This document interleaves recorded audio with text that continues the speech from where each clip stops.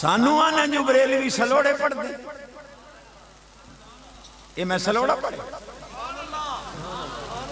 20 سال ہو گئے تینوں بخاری پاک پڑھا دیا، سیاستہ پڑھا دیا، اس حدیث تے انا ہو کے گزرے۔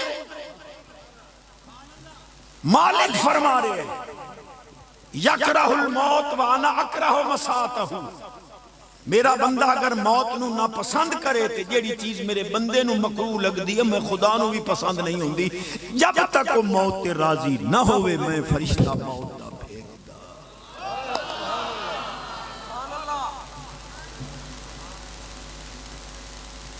توجہ ہے، خدا دی قسم ہے رب جہان دا نظام بدل دینا ہے پر انہاں دی آنکھی نہیں مڑے دا۔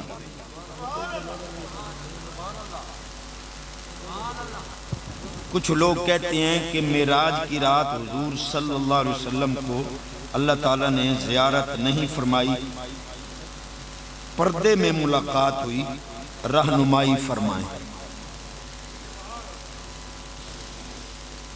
یہ وڈے عالمہ دا کام ہے، میں تا جاج بتھان اللہ دی امان، لیکن کیونکہ حکم ہو گیا بات غلامی بھی کرنی کم دی۔ سبحان اللہ، واہ چشتی صاحب سبحان اللہ۔ مولوی آخدہ لا تدرکہ الابصار، اللہ کو کوئی آنکھ نہیں دیکھ سکتی، لہذا حضور نے معاذ اللہ کو دیکھا ہی نہیں۔ لا تدرکہ الابصار، میں کہ علامہ صاحب یہ درک دا معنی تک کرو۔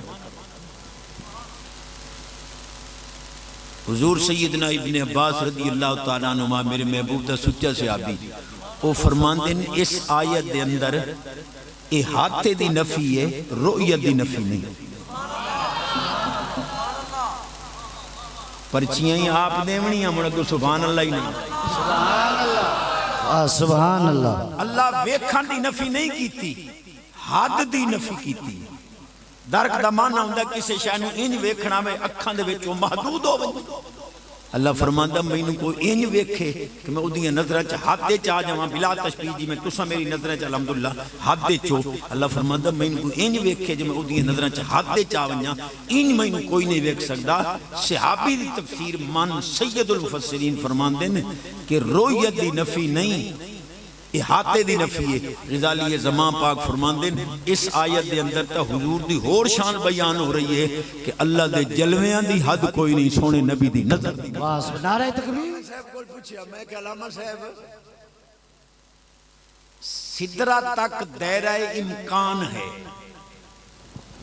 عرش سے اوپر دائرہ وجوب ہے، دائرے دا لفظ محدود ہے صرف سمجھاون واسطے۔ میں کہ ہون میں نے دس کہ ممکن دائرہ وجوب میں گیا کیسے؟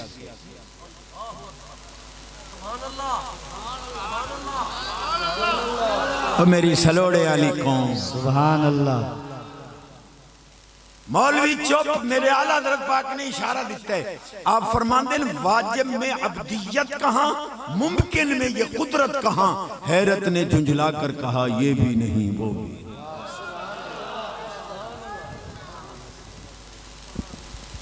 بیٹھے ہو